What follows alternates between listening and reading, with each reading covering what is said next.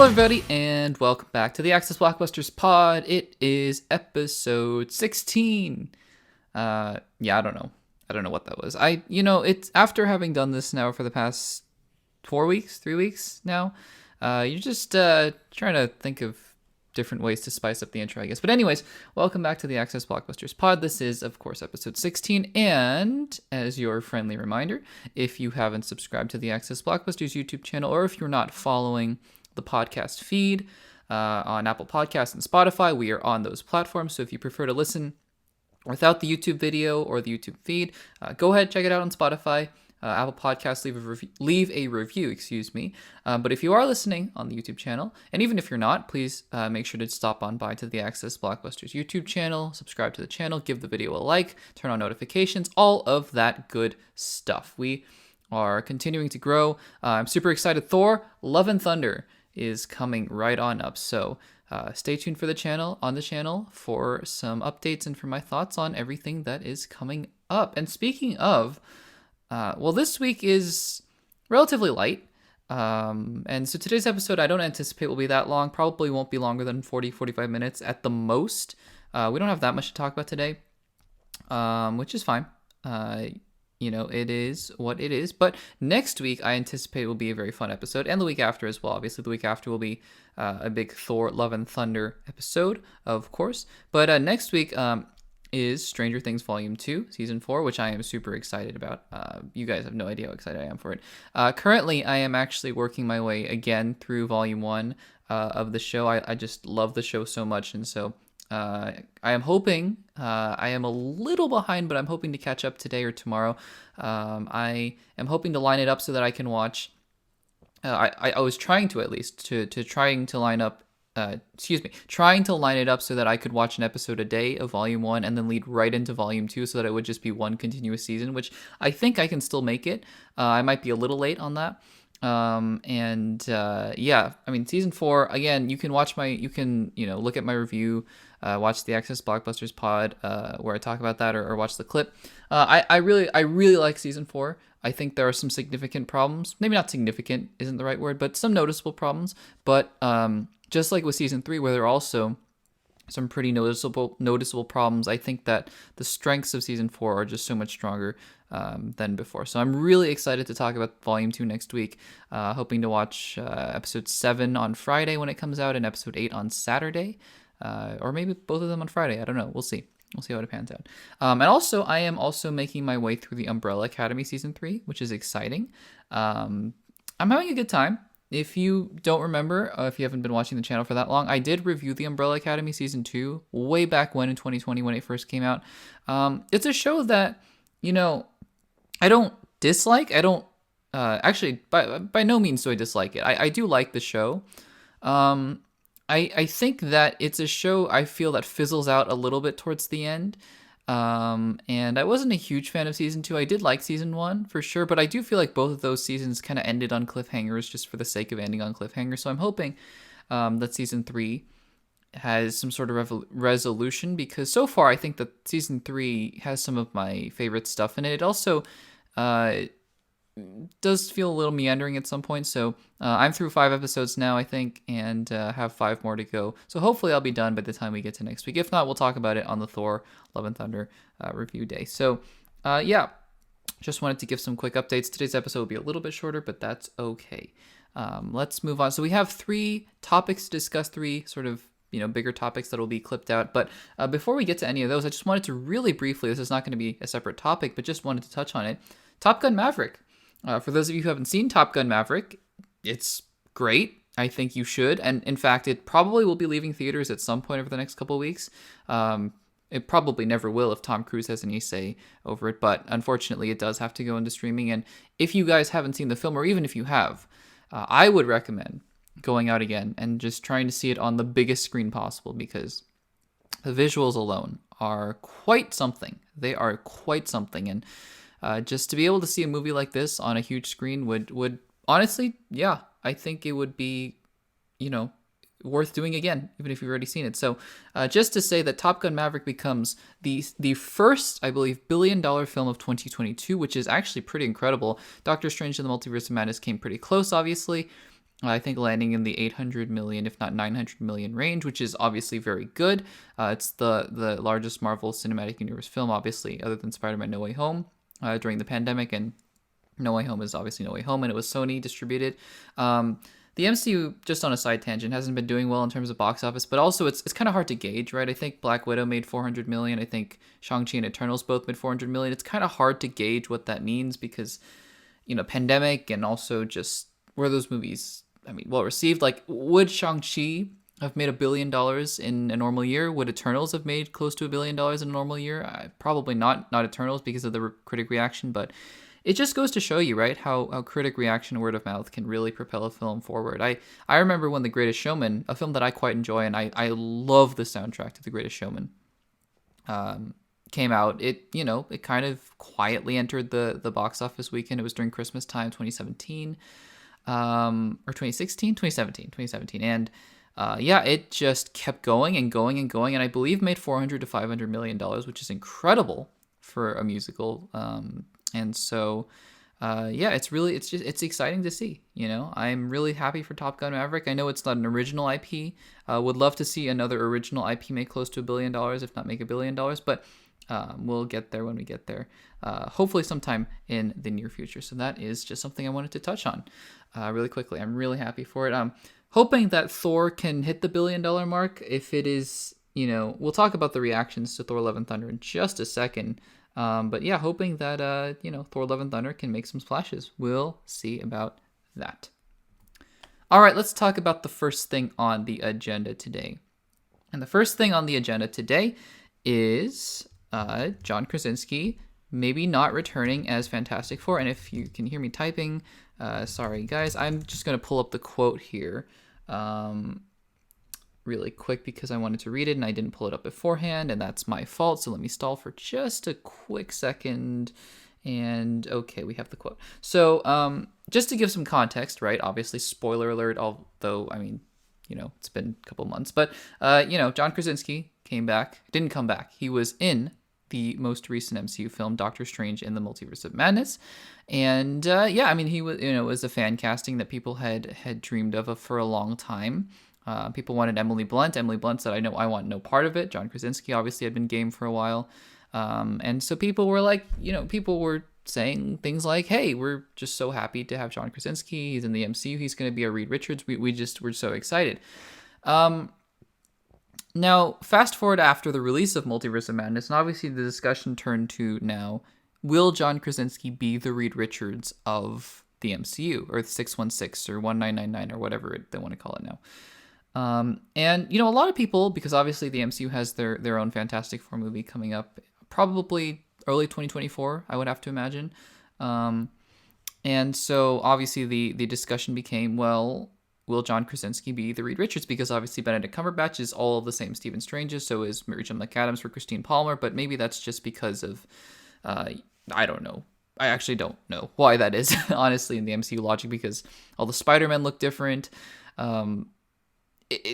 Obviously the reason is because they want to just, have Cumberbatch play all the Cumberbatches and all the Spider-Man to be different because of Holland and Maguire and Garfield. But anyways, it is possible, right, that John Krasinski could be playing another Reed Richards in Earth 616. Well, just to put it out there before I even read the quote, I no longer think that's likely. And I'll get to what I think about that, that sentiment in just a second, but let me read the quote here. So Sam Raimi was basically, the film Doctor Strange 2 came out, and it's on Disney Plus, and I believe the audio commentary is on Disney Plus as well.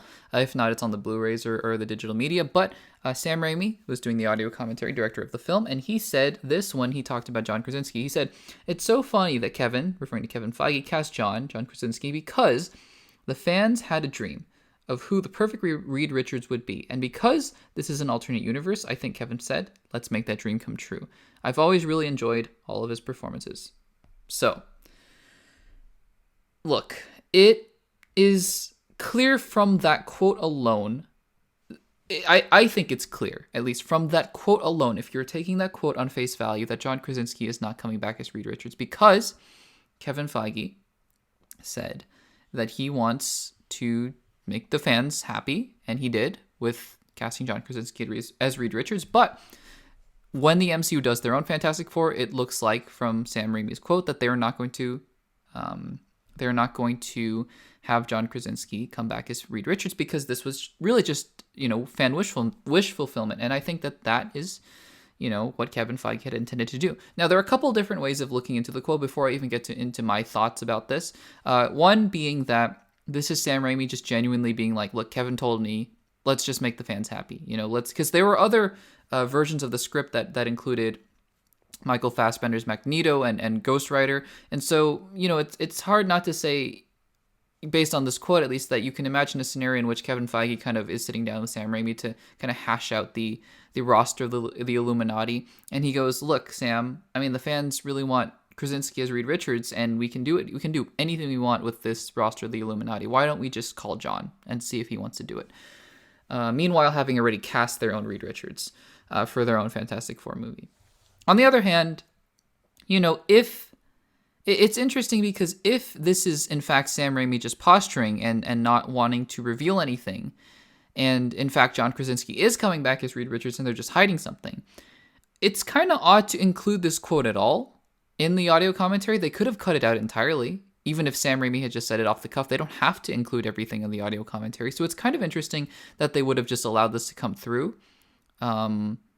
Because, I mean, if you're going to, try to hide the fact that John Krasinski is going to be the Reed Richards, I mean, you could argue that he's trying to trick fans and say he's not going to be, so that fans will be surprised when he is the Reed Richards. They're going to announce it at Comic-Con or D23 or whatever. On the other hand, I feel like just not saying anything at all would continue to allow the fans, excitement and hope to kind of to churn and speculation to keep going. But you can look at it in that way if you want. That Sam Raimi was basically just, playing the good company man and saying, hey, look, I don't know, but to me, it doesn't look like Krasinski's coming back. So there's an option there. And so I think that, look, both possibilities of Krasinski coming back and not coming back do exist. But if I had to put a number on it, I would say that Krasinski coming back to play Reed Richards in the 616, now coming back at all, because I think when Secret Wars inevitably happens, anybody who has ever played anybody in a movie that had the Marvel logo on it, and I mean including Jared Leto as Morbius, it's Morbin time, I think we'll be in that movie. But you're talking about this Fantastic Four movie, I'm not entirely sure.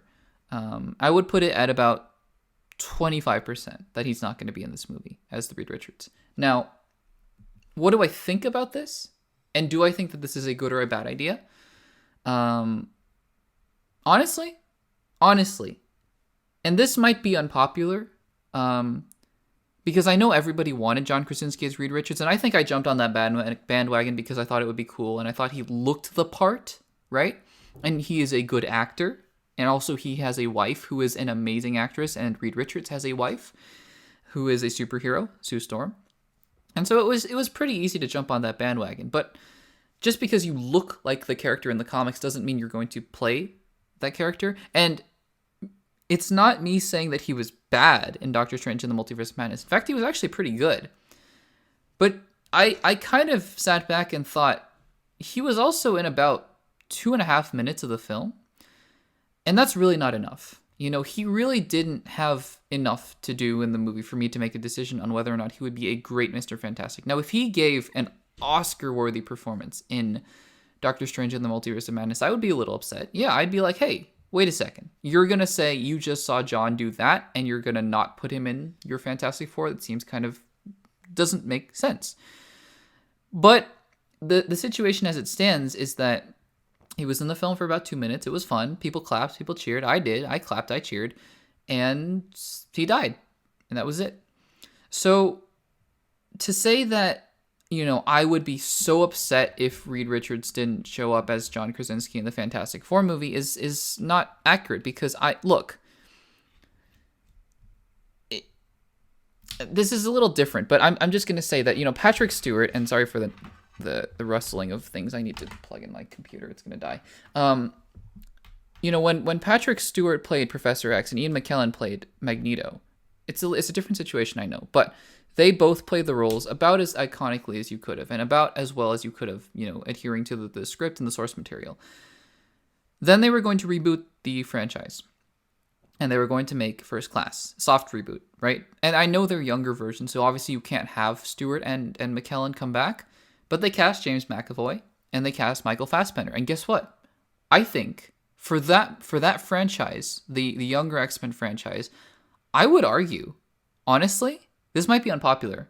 I think McAvoy and Fassbender are better than Stewart and McKellen in very different ways, obviously, different characters. And I know Stewart gave an Oscar-worthy performance in Logan, so that's a little different. But X-Men, you're talking about X-Men 1, 2, and 3, and you're talking about, what is it? First Class, Days of Future Past, Apocalypse, kind of Dark Phoenix, but we don't really talk about Dark Phoenix. And I think that McAvoy and Fassbender were better, and nobody would have thought that, obviously, beforehand.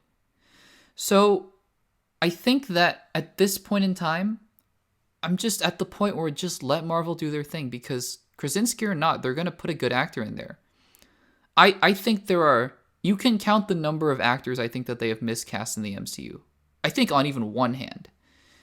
You look at something like Ms. Marvel that we'll talk about later. The cast is impeccable. It is impeccable. Sarah Finn Haley, I believe, or Haley Finn, who casts a lot of the MCU, it just doesn't miss. So to say that I'm disappointed in this comment is probably not true, honestly. I think I got what I wanted out of Krasinski in Doctor Strange 2, and if he comes back, I'll be excited, and if not, this Fantastic Four will be great. I have no doubt that this Fantastic Four will be great. Kevin Feige just doesn't miss.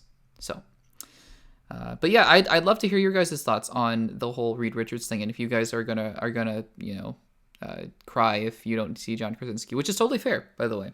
I wouldn't judge you at all for that. All right, another MCU film coming out, though, speaking of Doctor Strange and the Multiverse of Madness, is Thor: Love and Thunder. I got my tickets. I'm super excited seeing it on the opening weekend Friday. Can't wait for Thor: Love and Thunder. But obviously, for those of you guys who haven't heard, the premiere of the film in Los Angeles, I believe, did happen this past week.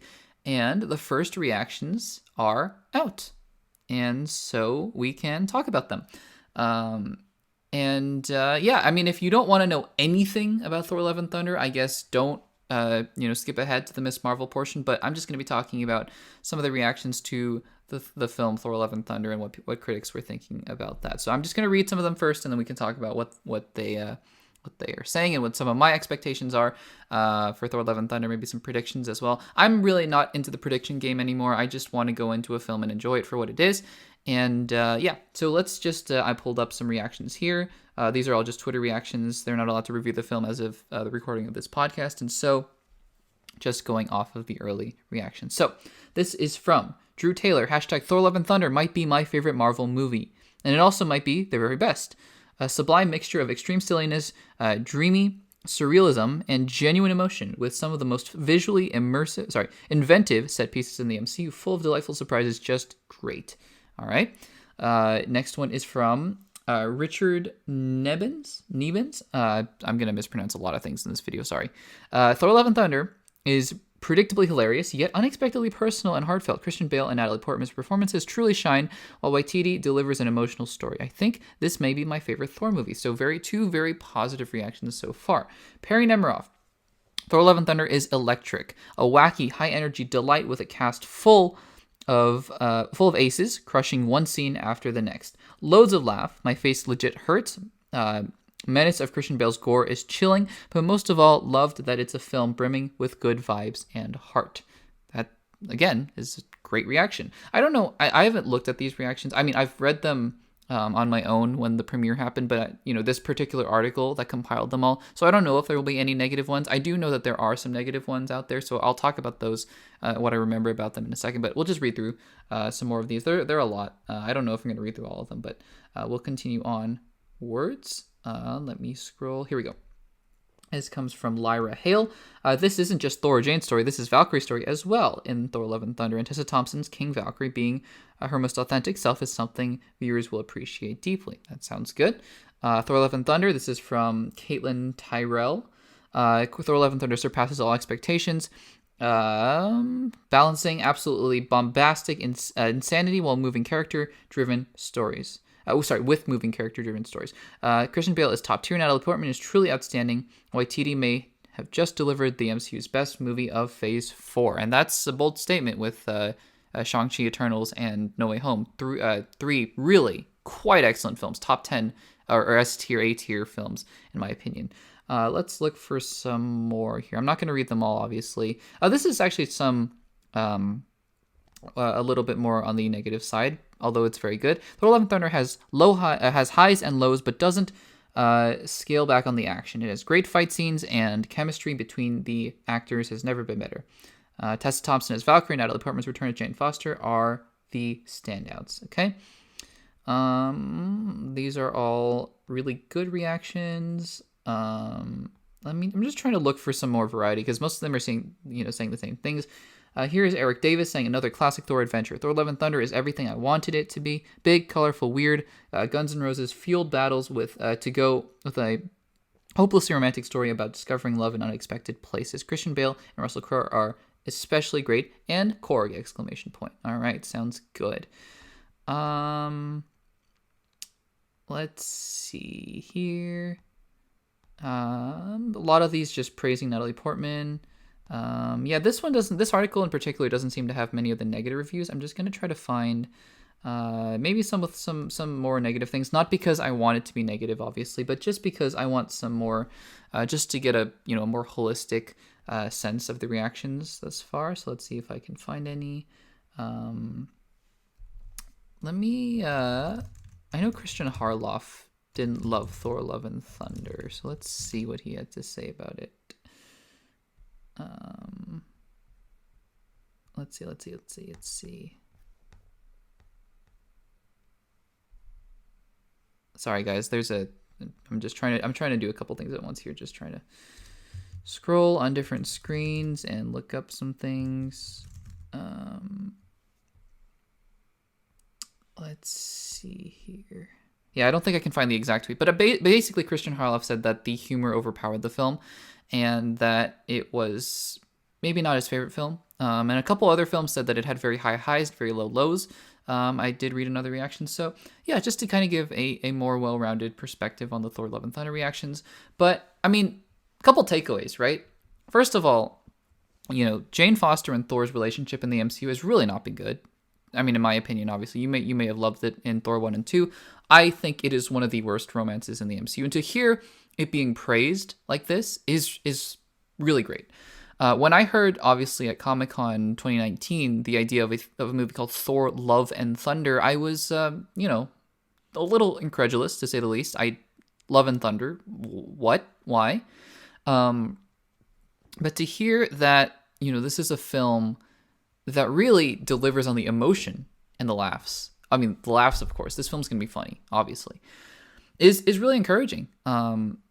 This isn't a hard and fast rule, but it's interesting for me to kind of think about that, the films that I consider above and beyond and the shows, most of them can make me cry, which is really interesting. Because I don't know what that says, but I think that it really speaks to the fact that the best films, in my opinion, are the ones that are able to tap into the deeper emotions. Now, not all of my favorite films are like that. For example, I don't, shed a single tear during Knives Out, but I just love that film to death. It's such an amazing film. But films like Inside Out, for example, and even Stranger Things, like we talked about before, every season finale, I cry. It's crazy. I'm really dreading Volume 2 of Season 4 because I'm going to just, someone's going to die and it's going to make me really sad. But, to say that, Thor Ragnarok is one of my favorite MCU films, but it doesn't make me cry like WandaVision did, or Endgame or Infinity War, or even No Way Home in certain places with Aunt May.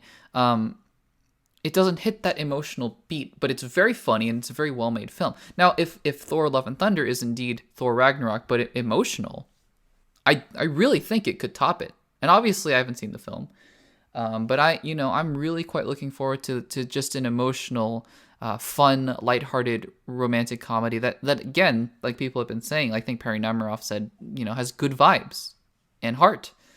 And that's something to look forward to as well. Obviously, people touched on Valkyrie as well, saying Jane Foster and Valkyrie were great. And of course, everyone's saying that Christian Bale's Gore the God Butcher. I will not put this picture up on screen for too much longer because that is terrifying.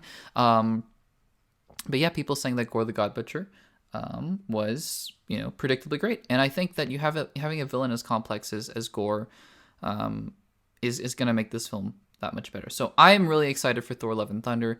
I think that, obviously going in, knowing that I could hate it or knowing that I could love it. But again, I went to Ragnarok thinking, yeah, this could be fine, and just ended up having the best time of my life. So I'm very much looking forward to Laura. I can't talk today. Wow. I'm very much looking forward to Thor: Love and Thunder. And let me know what you guys think of the reactions down below and when you'll be seeing the film as well. Here's some more gore in case you guys don't have nightmares already. All right, the final thing up in today's relatively short podcast episode is Miss Marvel episode 4. Now, if you guys have been following the channel, you guys know I have absolutely loved Miss Marvel episodes 1 through 3. I think that this is the strongest the MCU has been with their Disney Plus show through the first half. Did I like episode 4? I think the answer is yes. Did I love episode 4? No. I think this is by far the weakest episode of Miss Marvel, and I'll talk about why. There's a lot here that works. There's a lot that doesn't for me.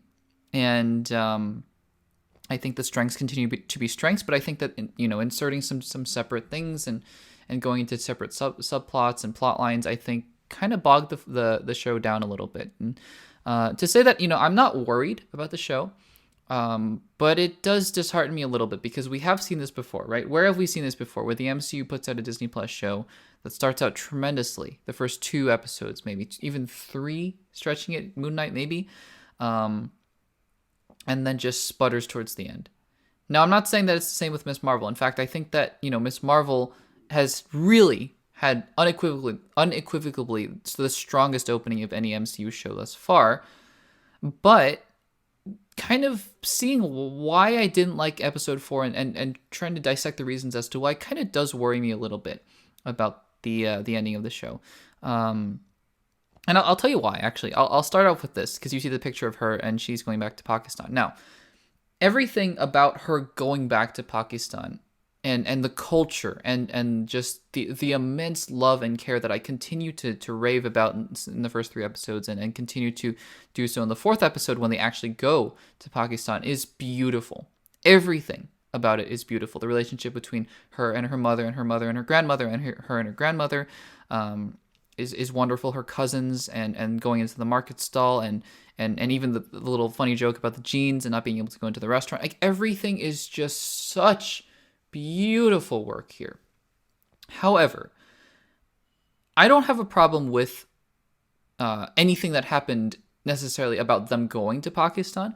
I have a problem with it being inserted in this part of the show because, to me, at least in season 1, right, what works about the show in season 1 thus far, if they're going to do a season 2, I don't know, is really her kind of more grounded roots, right? New Jersey and really Bruno and Nakia, right? I think the Bruno and Nakia and being in high school, because one of the things that I was thinking about throughout this episode was, isn't she supposed to be at school right now? Like, I mean, you could have inserted a line of dialogue, and I could have missed something entirely. This could have been a weekend. This could have been a break. I could have missed something entirely, so forgive me if I have. But something that I was just thinking about throughout this entire episode was she's supposed to be at school, right? Like, you just kind of take off and, if you're in high school, like, if you remember being in high school, you have things to do. I mean, it's not that easy to take off from class and not be noticed, unlike in, college, let's say. And I mean, it's a minor nitpick, but it's something that it kind of made me go, oh, okay. Like, for the first time, the show kind of slipped a little bit. And again, if there is a line of dialogue anywhere that points to the fact that she has a reason to not be in school right now, please let me know. I would love to hear it.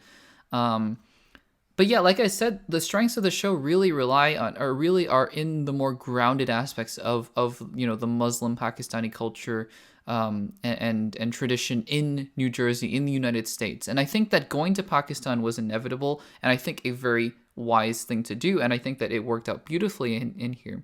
But I think that it would have been best suited for something like a season 2, because kind of jumping abruptly from episode 3 to episode 4, going from the United States, going from New Jersey to Pakistan, was a little bit, I'm going to be honest, it kind of took me out of the show a little bit because it broke away from the things that were, some of the things that were working so well in episodes 1 through 3. Her relationship with Bruno, her relationship with Nakia, her relationships in high school, her just wanting to go to AvengerCon. This kind of feels like it's taking it to the next level a little bit too quickly.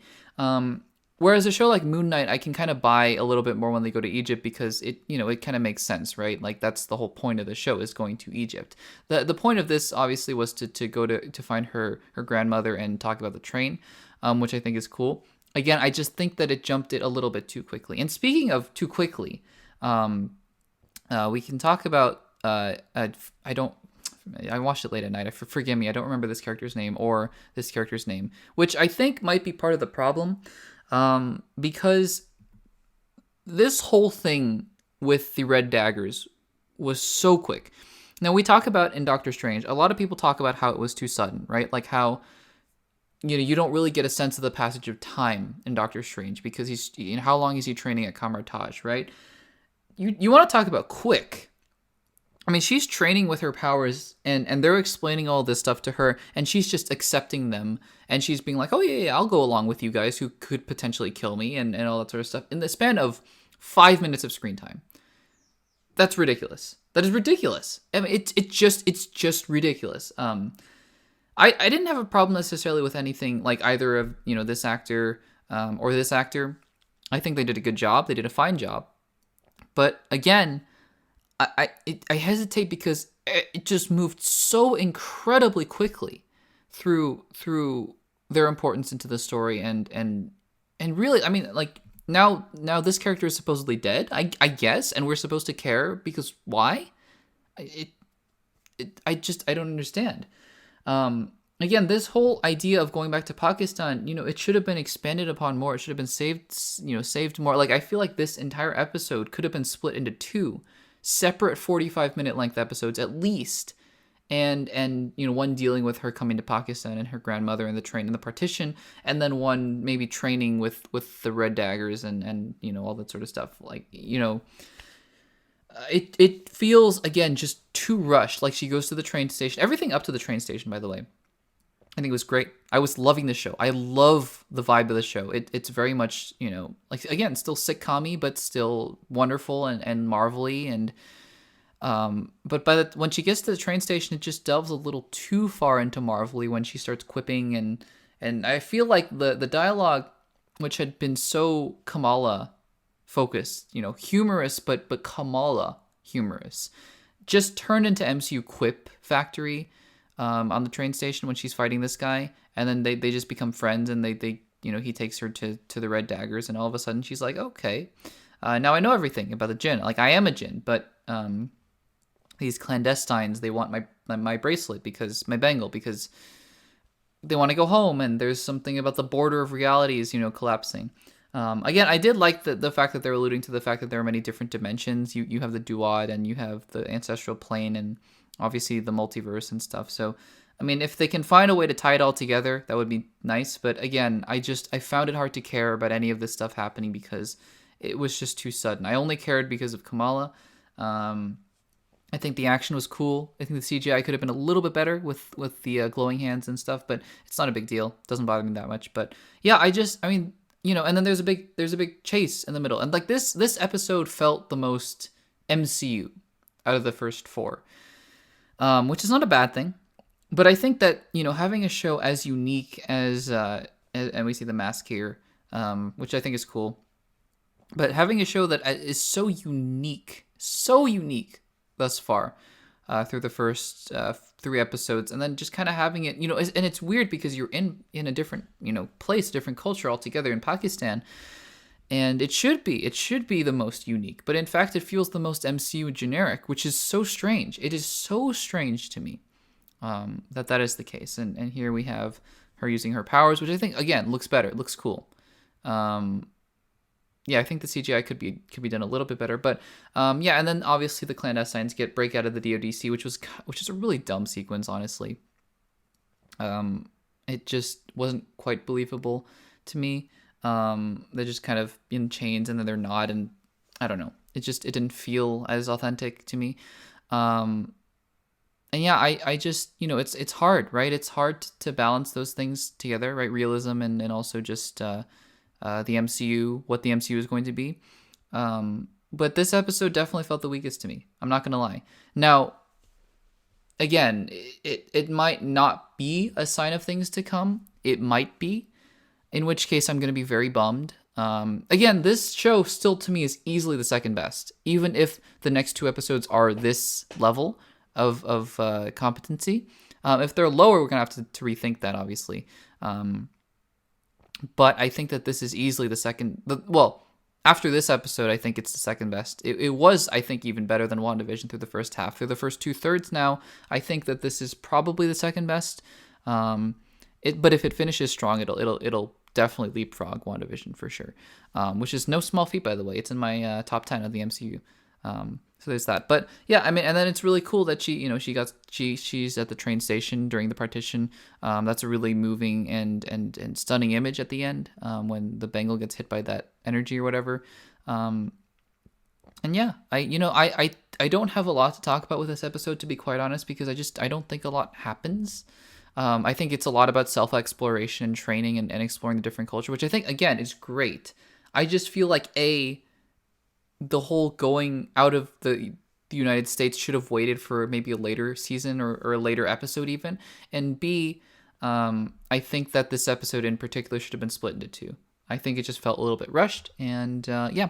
But again, all that to say is that all the things that I loved about the first three episodes that carried over into the fourth episode, things like obviously Iman Vellani as Kamala Khan, wonderful as always. The exploration of the family dynamics, the conversation between the mother and the grandmother was great. It was moving. It was touching. I think that the character relationships are working so incredibly well, which I'm so happy about. And yeah, I think that it still made for an enjoyable episode. So at the end of the day, while I didn't love this episode, I can't say that I disliked it, and I'm not particularly worried about this series, but I am a little bit more concerned after this episode. But yeah, let me know what you guys thought about Ms. Marvel episode 4 in the comments down below. And just like that, we have reached the end of Access Blockbusters Pod episode 16. So let me know, guys, if you like the shorter episodes. I know I went an hour and a half one week, just trying to figure things out. And I think next week we're gonna have a lot more to talk about with Stranger Things 4. With the Umbrella Academy, potentially with Thor: Love and Thunder coming up, and Ms. Marvel episode 5. But the week after should be fun. Thor: Love and Thunder and Ms. Marvel episode 6 should be fun. But yeah, let me know what you guys think. Let me know if you enjoyed this episode of the Access Blockbusters Pod, and let me know what you guys would like to see in the future from the channel. The videos will be coming. They may not be coming as frequently or as much as I would like or as you would like, but they will be coming. Again, just to let you guys know, fully transparent. Just trying to make sure that I have content for you guys when I'm away from the setup, if you will, so that I can continue to provide content on the Access Blockbusters channel. But you guys are continuing to support this video. And again, with Thor: Love and Thunder coming out in just over a week, the Beginner's Guide to the MCU, Part 1 and Part 2, are on the channel. They have been doing wonderfully because of you guys, and people have been giving so much wonderful feedback on those videos, just saying how much it's been helpful, and I'm just so appreciative of that. That's really why I do that, make those videos is, the point of this YouTube channel is really for me to just sit down and talk about what I think about things and record them, in memory somewhere, on YouTube, in the internet, but also to help people, help people enjoy the things that I enjoy, and provide some entertainment as well. So that'll do it from me.